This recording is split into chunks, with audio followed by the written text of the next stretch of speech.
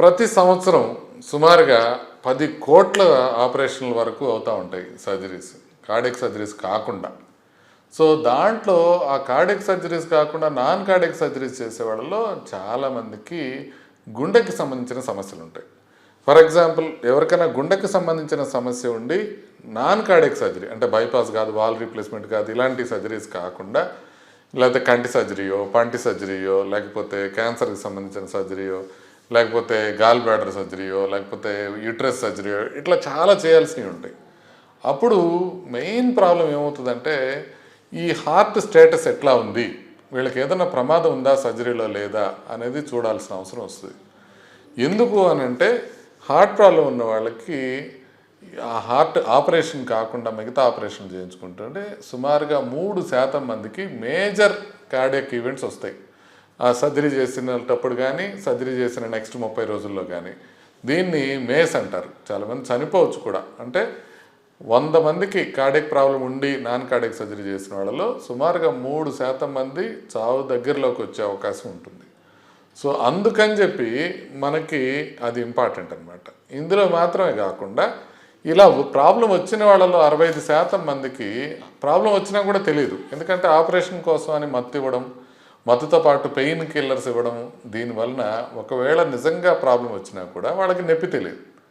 So అందుకోసం అని చెప్పి ఇంకా ఎక్కువ డేంజర్ అనమాట. చాలాసార్లు లేట్ అయ్యే వరకు తెలియదు. సో అందుకోసమని మనం ఏంటంటే గుండె జబ్బు ఉన్న వాళ్ళని ఆపరేషన్స్కి పంపించే ముందు కొన్ని పరీక్షలు చేసుకొని చూసుకునే అవకాశం ఉంటుంది. సో దీంట్లో భాగంగా అసలు పేషెంట్కి ఏ విధంగా తెలియాలి అనేది ఒకసారి చూద్దాం. మనం కొన్ని ఆపరేషన్లు ఏమో లో రిస్క్ ఆపరేషన్లు ఉంటాయి. దాంట్లో క్యాటరాక్ట్ సర్జరీ అవ్వచ్చు, కొంత ప్లాస్టిక్ సర్జరీ అవ్వచ్చు, కొంత అవుట్ పేషెంట్ ప్రొసీజర్స్ ఉంటాయి చిన్న చిన్నవి. అవి మైనర్ ప్రొసీజర్స్, ప్రమాదం తక్కువ. ఈ లో రిస్క్ ప్రొసీజర్స్ 3 రకాల ఆపరేషన్స్ బాగా హై రిస్క్ ఆపరేషన్స్ ఉంటాయి. వాటిలో హయ్యెస్ట్ రిస్క్ ఏంటంటే వాస్కులర్ సర్జరీ రిస్క్. అంటే ఏదైనా రక్తనాళానికి సర్జరీ చేయాల్సి వచ్చిందనుకోండి, చాలా ప్రమాదం.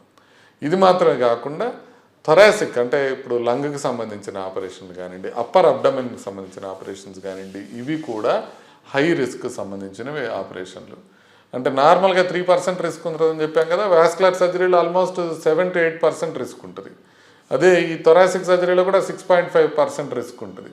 అంటే మామూలు రిస్క్ కన్నా డబుల్ రిస్క్ ఉంటుంది. ఇది హార్ట్ ప్రాబ్లం ఉన్న వాళ్ళలో మామూలు రిస్క్ కన్నా వీళ్ళకి డబుల్ రిస్క్ ఉంటుంది. ట్రాన్స్ప్లాంట్ ఆపరేషన్ మూడోది, అది కూడా బాగా హై రిస్క్ సంబంధించింది. సో ఇట్లా ఆపరేషన్లో కూడా హై రిస్క్ ఆపరేషన్, లో రిస్క్ ఆపరేషన్ ఉంటుంది. సో మీరు క్యాటరాక్ట్ కోసం వచ్చారనుకోండి, పెద్దగా కార్డియాలజిస్ట్ ఆలోచించరు, చేంజ్ చేసుకోండి పర్వాలేదని చెప్పి పంపిస్తారు. అదే మీరు వాస్కులర్ సర్జరీ కానీ, అయోటిక్ సర్జరీ కానీ చేయించాలనుకున్నారనుకోండి, అప్పుడు వాళ్ళు జాగ్రత్తగా కార్డియాలజిస్టులు ఏం చూస్తారంటే రివైజ్డ్ కార్డియాక్ రిస్క్ ఇండెక్స్ అనేది ఒకటి చూస్తారు. సో ఒక 4 విషయాల్ని జాగ్రత్తగా చూసుకోవాలి. ఒకటి, హార్ట్ ప్రాబ్లము లేకపోతే హార్ట్ ఫెయిల్యూర్ కానీ రక్తనాళాల్లో బ్లాక్స్ కానీ ఉన్నాయా లేదా, అదొకటి. రెండోది, పాతకాలంలో ఏదైనా పక్షవాతం లాంటిది ఏమన్నా వచ్చిందా లేదా. మూడోది, ఇన్సులిన్ అవసరపడే షుగర్ ఉందా లేదా. నాలుగోది, క్రియాటినిన్ అంటే kidney problem more than 2 mg/dL ఉందా లేదా. సో ఈ 4గిట్లో 3 ఎక్కువ ఉన్నాయంటే, 3 ఉన్నాయనంటే రిస్క్ చాలా పెరిగిపోద్ది. ఆల్మోస్ట్ 15% ప్రమాదం, ప్రాణానికి ప్రమాదం అయ్యే అవకాశం ఉంటుంది. ఏమేంటి, ఆల్రెడీ బ్లాక్స్ కానీ లేకపోతే హార్ట్ ఫెయిల్యూర్ కానీ ఉండటం, రెండోది పక్షవాతం లాంటిది ఏదైనా ఉండటం, మూడోది ఇన్సులిన్ తీసుకోవాల్సిన అవసరం పడిన షుగర్ ఉన్నవాళ్ళు, నాలుగోది కిడ్నీ ప్రాబ్లం క్రియాటినిన్ 2 కన్నా ఎక్కువ ఉంటే అది. సో ఇలా వీళ్ళకి రిస్క్ అనేది మనం ఎస్టిమేట్ చేయడానికి ట్రై చేస్తాం. సింపుల్ టెస్ట్లు కూడా చేసి చూస్తాం. ఆ సింపుల్ టెస్ట్లో ఏంటంటే ఈసీజీ ఒకటి, 2D ఎకో ఒకటి. 2D ఎకోలో పంపింగ్ కనుక మీకు 50% కన్నా తక్కువ ఉంది అని అంటే వాళ్ళకి ప్రమాదం అయ్యే అవకాశం ఎక్కువ ఉంది అని. సో ఇదే విధంగా వాళ్ళు ప్రీవియస్గా ఏదైనా హార్ట్ ప్రాబ్లం ఉన్న వాళ్ళకైతే లో డోస్లో వాళ్ళకి ఎక్సర్సైజ్ స్ట్రెస్ టెస్ట్ కూడా చేపిస్తారు.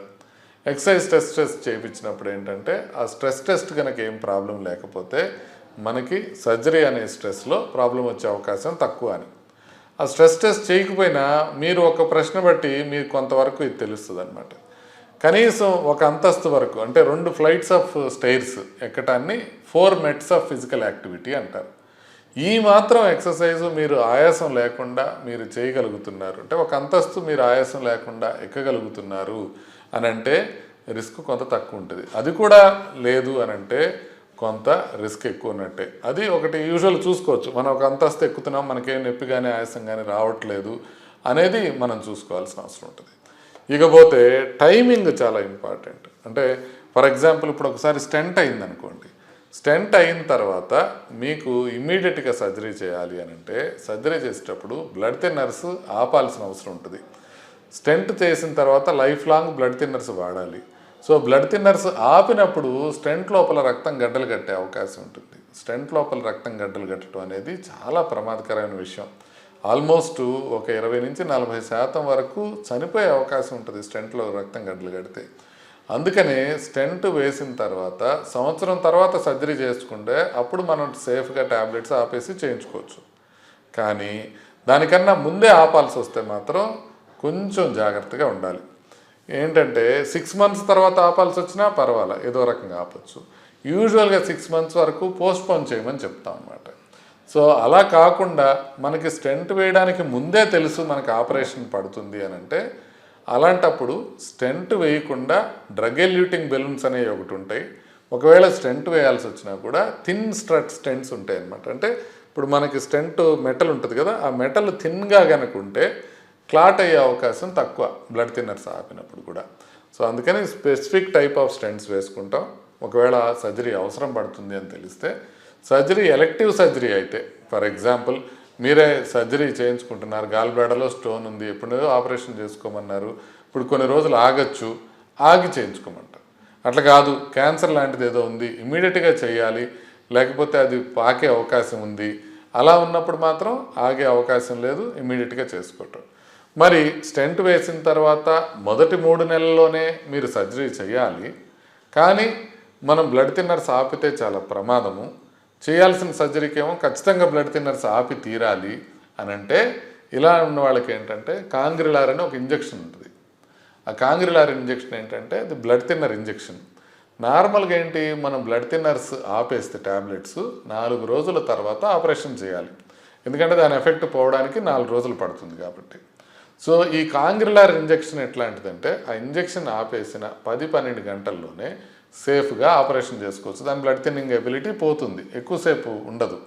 సో అందుకని ఆ కాంగ్రిలార్ ఇన్ఫ్యూషన్ పెట్టుకొని ట్యాబ్లెట్లు ఆపేసి ఆ ఇంజెక్షన్ ఒక 3-4 రోజులు కంటిన్యూ చేసి ఈ ట్యాబ్లెట్స్ ఎఫెక్ట్ అయిపోయిన తర్వాత ఆపరేషన్ రోజు మాత్రమే ఆ ఇంజెక్షన్ ఆపేసి ఆపరేషన్ చేసేసుకొని తర్వాత మళ్ళీ ఇంజెక్షన్ స్టార్ట్ చేసేసుకొని దాంతోపాటుగా ట్యాబ్లెట్స్ ఇచ్చేస్తే మనకి రిస్క్ లేకుండా స్టెంట్ చేసిన తర్వాత కూడా మనం సర్జరీ చేయించుకోవచ్చు.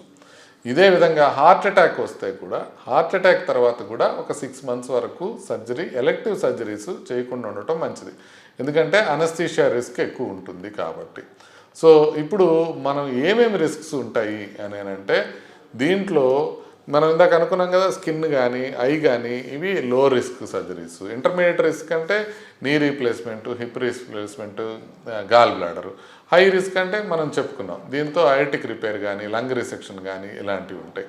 కాబట్టి ఇప్పుడు ఉన్న పరిస్థితులు ఏంటంటే ఆపరేషన్ మీకు గుండె ప్రాబ్లం ఉన్న వాళ్ళకి అవసరం పడితే ఖచ్చితంగా గుండె జబ్బు డాక్టర్ గారి దగ్గరికి వెళ్ళి ఒకసారి చూపించుకొని హార్ట్ స్టేటస్ ఎలా ఉందని చూసుకొని సర్జరీ తర్వాత ఎలా ఉంటుందని చూసుకోవాలి. ఎందుకనంటే మనం ఏ రకమైన సర్జరీ చేయించుకున్నా ప్రాబ్లం వస్తే కనుక ప్రాణానికి ప్రమాదం అయితే అది గుండెకి కానివ్వండి, లేకపోతే కిడ్నీకి కానివ్వండి, లేకపోతే లంగ్స్కి కానివ్వండి, రేర్గా లివర్కి కానివ్వండి, ఇవి మాత్రమే వచ్చే అవకాశం ఉంటుంది. వాటిల్లో కూడా అన్నిటికన్నా ముఖ్యంగా గుండె ప్రాబ్లం ఏమీ లేకపోతే కనుక సర్జరీలో ప్రమాదం అయ్యే అవకాశం చాలా తక్కువ ఉంటుంది. కాబట్టి గుండెకి సంబంధించిన పరీక్ష కరెక్ట్గా చేసుకొని ఆ జాగ్రత్తలు తీసుకొని కనుక మీరు చేయించుకున్నారంటే ఏమీ ఇబ్బంది లేకుండా సర్జరీ అయిపోతుంది, మీరు సేఫ్గా ఉంటారు, డాక్టర్లు కూడా హ్యాపీగా ఉంటారు.